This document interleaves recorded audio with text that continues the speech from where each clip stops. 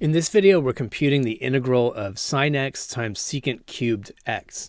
And you may have a lot of practice doing integrals that have sines and cosines in them and integrals with secants and tangents in them. And here I've mixed two of those things together. I have sines and secants.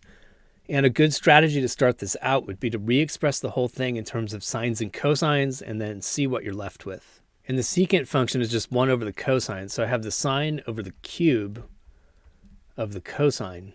And immediately I realized this is going to be a pretty easy integral because I have a power of the cosine function sitting right next to the derivative of the cosine function.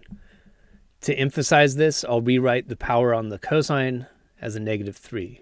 Now the derivative of the cosine function is the negative sine function, so I'm going to put a factor of -1 inside the integrand and compensate out in front with another factor of -1.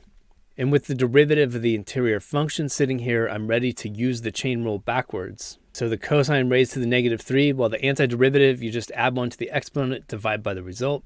So that's a cosine to the -2 divided by -2. And I distribute the factor of -1 that was out in front. So those minus signs undo each other. And cosine to the -2 could be written as 1 over cosine squared. So I get a final answer of 1 over 2 cosine squared x plus c. It's certainly fine if you want to write this in terms of secants as well. So it's 1/2 secant squared x plus c. And that looks a little bit nicer.